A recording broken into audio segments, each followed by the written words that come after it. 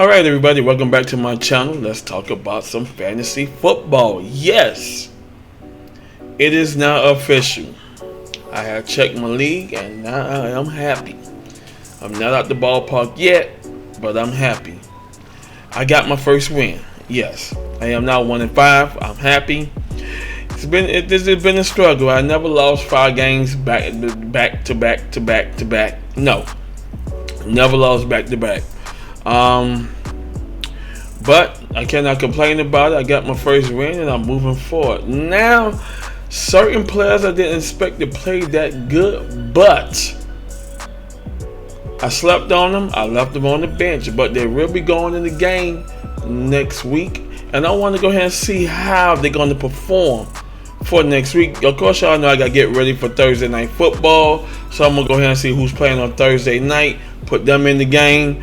Check Gronkowski, see how he's doing on his healing process.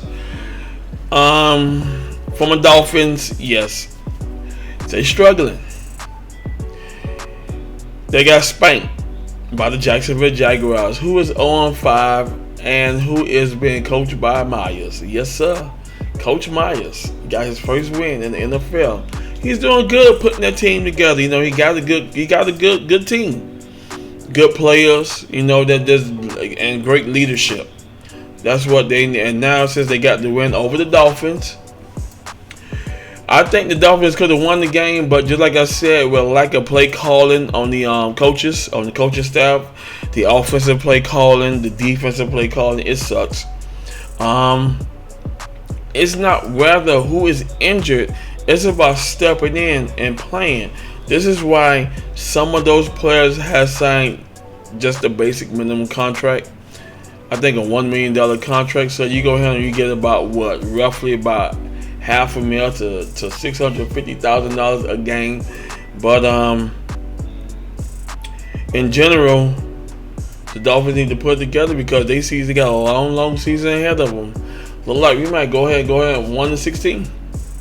Yes, but for me, back to NFL fantasy, ESPN fantasy football. Let's do this, baby. I got high hopes now. So let's go ahead and get right into it. Let's go ahead and talk about scores and highlights with the players I had in the game. And everything is going to go ahead and be good, popping and dandy. Alright. Alrighty, as you know, I played Team Thick Pen. And I spanked them 123.08 to 104.06. Let's go ahead and click on the highlights of that game there. Let's go ahead and get right into the bread and butter. Yes, sir. Now they had Tom Brady projected to score 23.1. He busted me 17.98. Cal Herberts was a good pickup, as the Chicago lost against the Green Bay 14 to 24. He was projected to get me 13.7, but he muscled me 19.2. Melvin Gordon, another good running back from Denver, another good pickup quality. He supposed to muscle 11.3, but he got me 10.3, which is good. He just 1 point shy from his projection. Brandon Cooks had a good game. He muscled me 17.9. Jacoby Myers had a good game. He muscled me 11.4. Now Noah Fant, who's coming in strong for Gronkowski, he muscled me 24.7. Awesome. Hunter Renfrow supposed to got 12.7, but he was kept in check by the Broncos, as he muscled 6.6. The Cowboys defense was on the rampage over New England. They beat him 35-29. They were supposed to muscle me 7.1, but they got me 13 points straight. And my kicker from Cleveland only got me 2 points. He was supposed to make 8.2, but he only got me 2 points, which gave me a grand total of 123.08. Let's talk about the other side. Old big Teddy Bridgewater on Team Thick Pen came muscled in 18.26. Dalvin Cook muscle 22.3. Antonio Gibson 4.4. Robert Woods 11.1. Jamar Chase 13.7. Ricky Seals Jones 15.8. Amari Cooper, 10.5. The Patriots defense was muscled down to -4. Now, if it was vice versa, if he had the Cowboys and I had picked up the Patriots, boy, look out. He would have won the game. And the Dallas kicker muscled 12 points. Now let's go on to the bench side. Gronkowski, just like I said, was injured. He, nothing. Chris Carson was another injury, nothing. Lamar Jackson, supposed to muscle 23.8, but he only got 11.78. Kenyon Drake was supposed to muscle 5.7, but for some reason Big Daddy ran loose. He pushed in 21.3. Jalen Waddle, supposed to get 11.8. I set him on the bench because the last week performance was not great.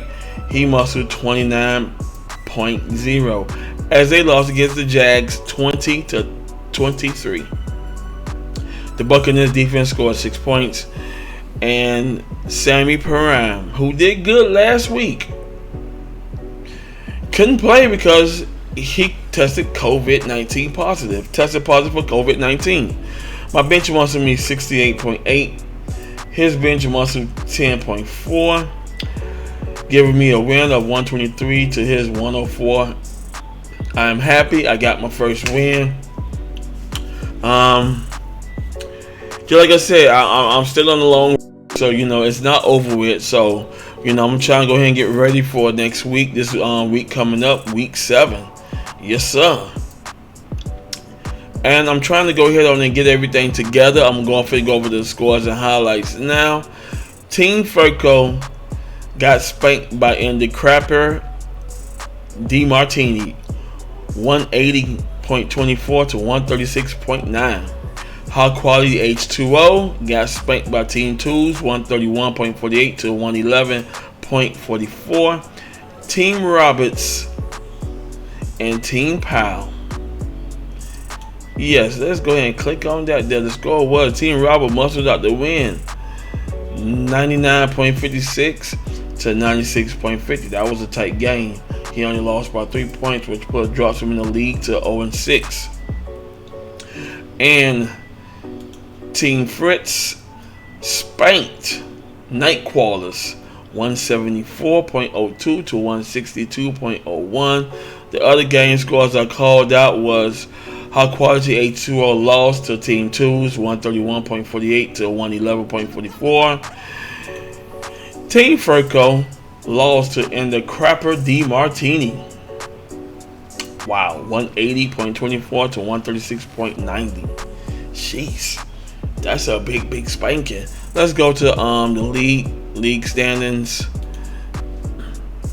See where we all stand at for now. I'm happy I got my first win, everybody. So, it's been a long road. But just like I said, I never started out winless. Never. But I got my first win. So, my playoff hope is still slim. So, I ain't just worrying about the playoffs right now. I'm just worrying about trying to gain win number 2. Then the week after that, win number 3. Win number 4, win number 5, and then I'll take it from there. Right now, Team Fritz leads the league with 5 wins, 1 loss. H Quality H2O is second in the league with 3 wins, 3 losses. Team Furco is third in the league with 3 wins, 3 losses. Team Roberts is third and fourth in the league with 3 wins and 3 losses. And Big Daddy me, Team Clean Scale, is with 1 win, 5 losses, which gives me a percentage of 1.167. The other 3 I mentioned is in 0.500, and Team First lead the league with 0.83%. He has 97% chance of regular playoffs. High Quality with 25. Team Furco with 11. Team Roberts with 40. And I am at 1%, so I'm not really worrying about that. Alrighty, right now on the West, everything looking tied up. Nightcrawlers, 4 wins, 2 losses. And the Crapper DeMartini, 4 wins, 2 losses. Team Thickpen, 4 wins, 2 losses. Team Tools, 3 wins, 3 losses. And Team Powell is undefeated. Let me correct that. It's winless. No wins, 6 losses. Alrighty. Let's go ahead on it into the schedule. All right, we are in week 5. Week 6 as not spanked. Now in week 7, Team Thickpen play Team Furco. In the Crapper D Martini play High Quality H2O. Team Tools plays Team Roberts. Team Powell play Team Fritz. And Nightcrawler play old Team Kingston, old Big Daddy me. And it's going to be a tough game for me because he is 4 wins and 2 losses. And I'm looking to gain my second win, so I'm looking for an upset here. I want to go ahead and drop him down to 4 wins and 3 losses. I'll pick up my second win. So, it is looking good for me. Now, if we go ahead on to my league, go to League Home, which I did that already. I'm going to go ahead on to my team. So I want to go ahead and see the conditions of some of these players here. Okay, Gronkowski is questionable, so I will be monitoring him for next week. So Saturday, I will let y'all know. Matter of fact, let me go ahead and read what's going on with him. If he is inactive and missing several games, Gronkowski returns as a visible scoring threat at top of a thin tight end position. Tampa Bay has the luxury of not rushing Gronkowski back. There is some risk presented for this matchup against the Bears. Awesome. Spin with Gronkowski out for the 3rd straight game. Cameron Bracey did his job. The backup did their job for whatchamacallit from Brady. Gronkowski hasn't practiced for 3 weeks since suffering multiple internal injuries, but the Bucs haven't ruled him out. Beyond week 6, he now has some extra time to recover before Tampa Bay take on the Bears. So just like I said, I will be monitoring his condition. And right now, Chris Carson is hurting me right now. He got an injury. Alrighty. Carson neck was placed on injured reserve Friday, ruling him out through week 9. Brady Henderson on ESPN, well, Carson already missed one game and now will be out for at least 3 more, with the latest possible return in week 10. Sunday, November 14th against the Packers, as his neck injury apparently hasn't healed hasn't healed the way the Seahawks had hoped. So okay, now it's an option, because now I need to go ahead on and see who's available. Should I keep him on the team or should I let him go? Let's see who we have available. Devontae Booker, last.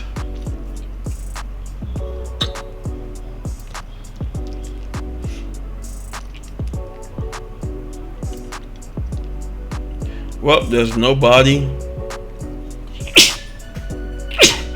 Excuse me, viewers. There's nobody to pick up. Myles Gaskin. He had one good game against Tampa Bay, and that's it. Everything it's been average. This is Jacksonville. He had 3.4. That's a no-no. Devontae Booker. Like I say, he had 2 good games, but he started off slow. So I guess they share in the backfield. Chuba Hubbard, and he's okay. What is he projected to get this week? He was average 16.2 points.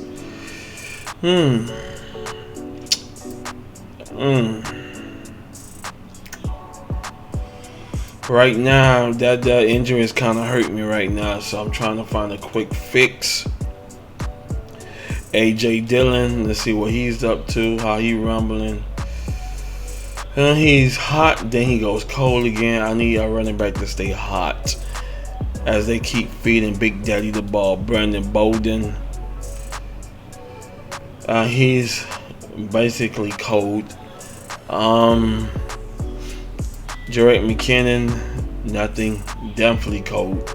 When you look at the points of 3.5 and 2.5, that's just mediocre-ish. You don't want that in your game. Marlon Mack of Indianapolis, he's cold. Marlon Mack was the real deal, but he grew cold. Mark Ingram, I heard he has a very bad year. But when he was with the Dolphins, he never was a good running back anyway. So that's definitely out the question. Devontae Williams.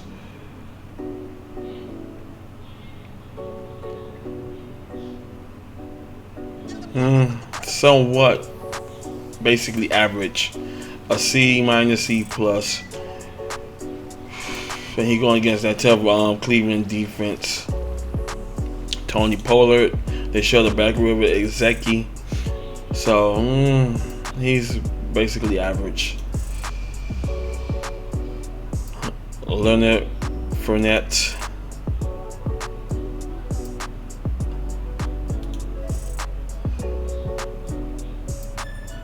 Okay, Leonard Fournette is on.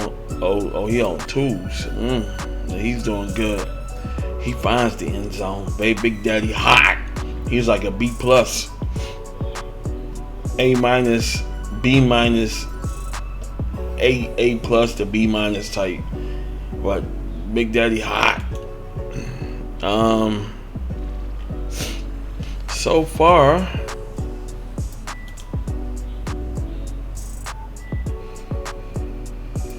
nobody to pick up. Nobody to pick up. Players, add a player. So let me see who I could possibly add. Because I need to get rid of Carson. He just basically hurting my team big time. Or I might just sit him out until further notice. James White injured. That was my main guy right there. Done. Done. Houston running back Philip Lindsay. Mediocre-ish. Le'Veon Bell. I can't find his groove yet. Cleveland. Yeah.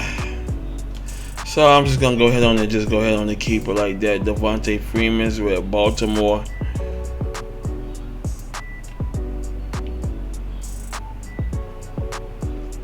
That's why he's sharing the backfield with whatchamacallit. Cam Akers is out. It's a lot of injured reserves. But other than that, everything is looking horrible right now with the backs. So what I'm going to do is, there's nobody, so I'm just going to go ahead on and fix this. I do like my powerhouse. But Kenyon Drake is suggested to get 7.0. Lamar Jackson plays Cincinnati. And okay, that might be a good matchup. I don't know. You know what? I got Brandon Cook. I would know what. I'm gonna go ahead on and make that good adjustment. We play. They both about 12. Oh, my defense. Gotta get them out of here. Okay, that's a must. Ain't nobody's playing on. I got a Thursday night, so that's good. I got 2 Thursday night games. I got 3 as they play Cleveland. Okay. Right now, my only hope is to put Waddle in the game, because I don't think Hunter Renfrow is going to. He's supposed to be averaging. I mean, he had that one bad game. I hate to go ahead and ice him out. And let me see what Waddle is suggested to make. He's supposed to make 12.9. And he did have those 2 TDs for Jacksonville. Waddle is more of a B plus to C minus type. A B plus to C minus. He's like average. I don't know. I would love to put Waddle in the game, but all depends of how the Las Vegas Raiders come out. If they come out hot, then I could leave Renfro in the game. But right now, I do like Jacoby Myers. That's what's his name, go-to guy right there. So I mean he's been hitting the end zone. So I'm not worrying about that. Jacoby Myers stays in. I mean, look at that. First, when he played mine, he had 10.4. He had a bad game against the Jets. But then he just been hot. 18.4, 94 yards. You know, he's having a hard time in getting in the end zone. But 94, 70, 56, 44. That's pretty good. You know what I'm going to do? I'm going to go ahead and put him there. And I'm going to bring Waddle in the game.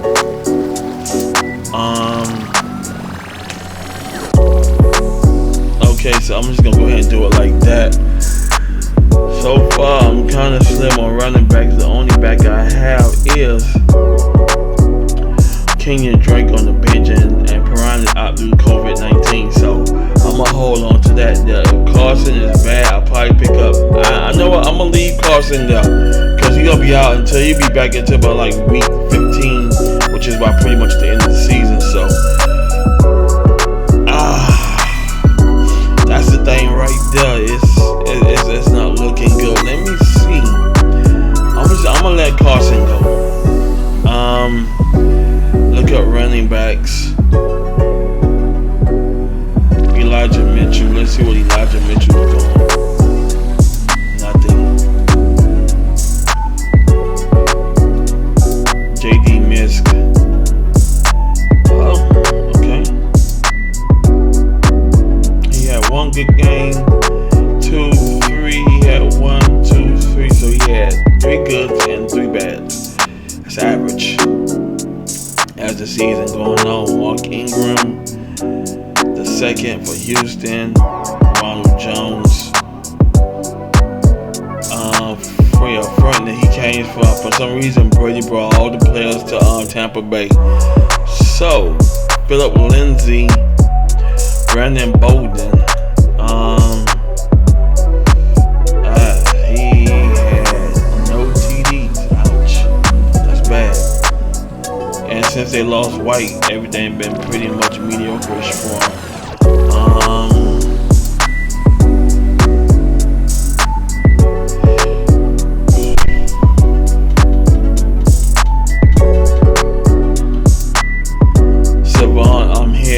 I don't know. It's just that he could have had more yardage if we just follow his blocks. He's not reading his blocks right. I mean, he had a lot of open holes, but he just tiptoeing through the hole instead of hitting it and pushing.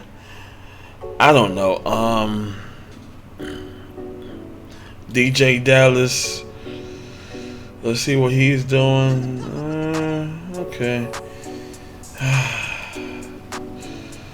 Royce Freeman of Carolina, nothing. Oh my God, this is what I'm talking about. And then on the second list, everything is just not looking good.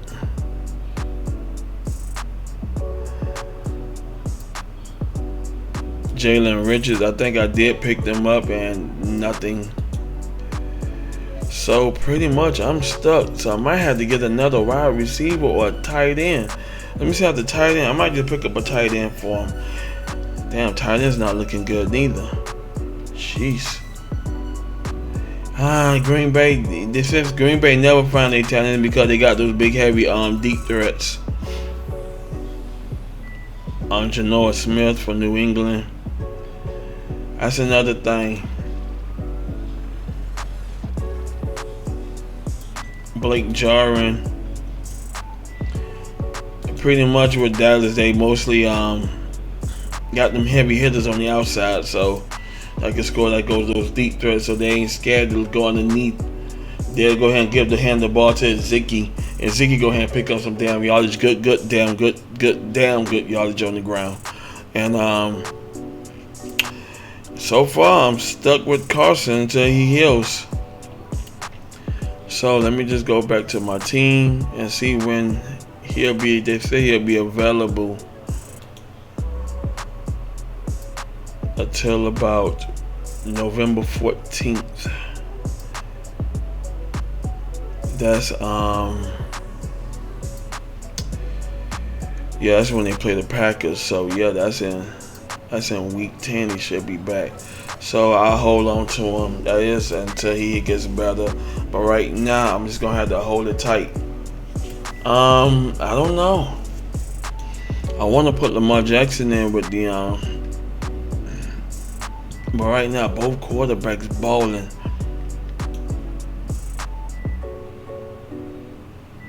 And that's the thing, Lamar Jackson, and he had a bad game against the Chargers. That boy put that pressure on him. You know what, I'm gonna go ahead and stick with Brady until the bye week. And Brady's bye week is coming up. After New Orleans, that's gonna be a tough game. That he on in week 9, he's on the bye week. So I'll put Lamar Jackson in the game. So far I'm leaving my line. I just made changes to the receiving core. I got a 3 wide deep threat. Let's go ahead and see. I'm gonna keep him in the game. He had a bad game. So basically everything looking good. Let's go ahead into the projection to see what my projection will be. Just for temporarily, I just look at to see what they got me scoring, and so far, they got me winning. Okay, I hope these guys go ahead and pull it through. Tom Brady's supposed to score 21. Andre Schiff supposed to be 9.2.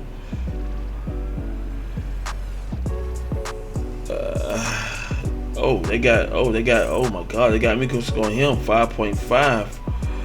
Everything pretty looking good. So right now I'm pretty much slim. You know what?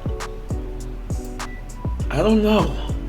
They play that Tampa Bay, and that Tampa Bay defense is kind of stingy. So and they now hopefully. Well, right now I'm gonna have no choice but to leave. He's questionable, so I gotta monitor that tomorrow on Thursday night to see is he gonna play or not. I just not read that. Front foot was limited as at Tuesday walkthrough. Okay, spin that it's a foot injury, so I'm gonna have to go ahead and monitor that during game day. So that'll be on Thursday. So that's definitely by 6 o'clock. I'll be making changes on that if he is not playing. I might have to get. I don't know. I don't know. But if they say he's cleared to go, I'm gonna go ahead on and see that there by 8 o'clock before kickoff on ESPN. So I will be watching that. And as well as you notice, everything looking good and clean. I don't know. He is running against that Tampa Bay stingy defense. So you know what? Let's go to my team. I'm gonna make changes. I like him. But I hope Kenyon Drake can go ahead and do his thing. Oh no.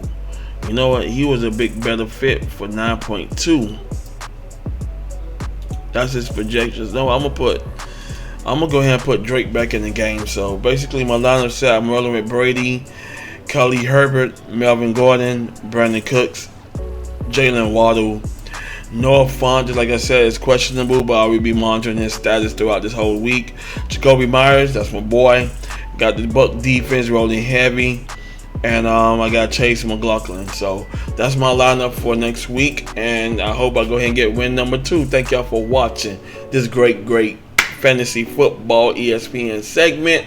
And I'll see y'all in the next one. Peace.